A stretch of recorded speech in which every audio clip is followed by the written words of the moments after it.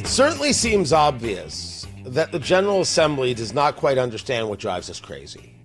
Tony Katz, 93 WIBC.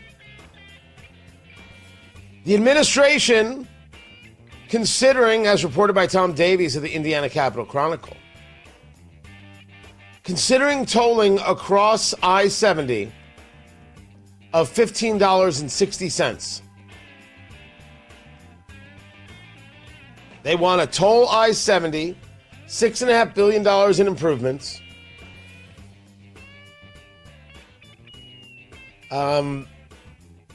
Listen,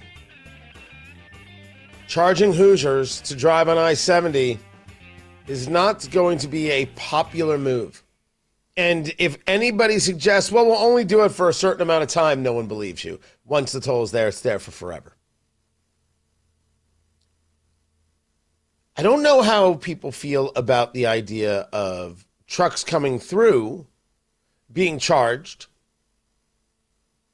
the utilization of our roadways and what it takes to keep up those roadways, etc. And I don't know necessarily how that affects truckers in terms of, is it just added to the cost of the freight, etc. Does it come out of a trucker's pocket and how they have to do their job? All questions worthy of asking. But dear Lord, one more thing. This would be a lot easier to deal with. I'd still be opposed if property taxes had come in line. And so one of the things that the General Assembly has not done anything about is the messaging of, okay, we passed this thing last year. Everybody had an increase in their property tax and it was just flat out ugly. This is the year you start feeling some relief. How does that work and when does the relief come? When do we start seeing it go down? Because the number of conversations I have with people where there is a legitimate concern of people being taxed out of their home. What are you doing to help? When do we see the results? We were told that this would be the year that we start seeing the results of all of the moves regarding property taxes. How does it work? When do we see it? Because all we see is yet another conversation of our money.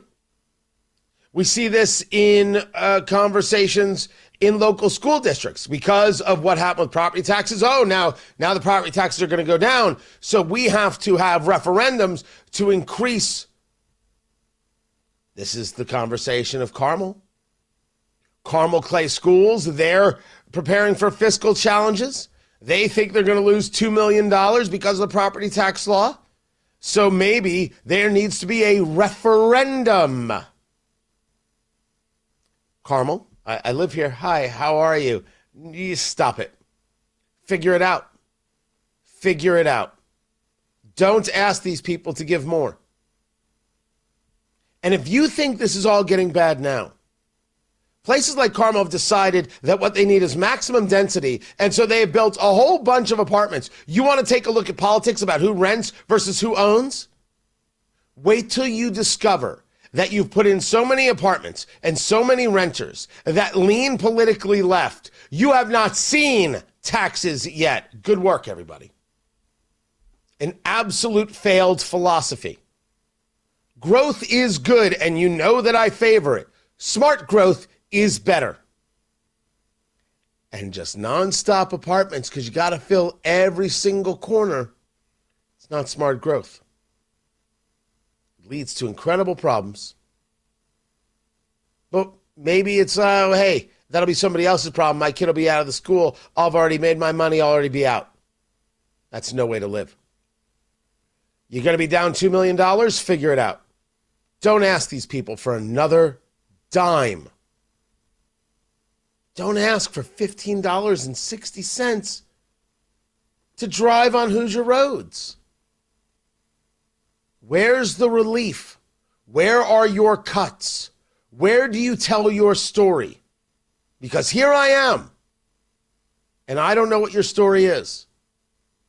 I don't know it. I can't relay it. At least have a discussion with Hoosiers. Oh, and it has to be me because, General Assembly, you sure as hell ain't talking to nobody. You're silent. You just expect us to write another check. It's a crappy relationship. Republicans and Democrats alike. Matt Barris got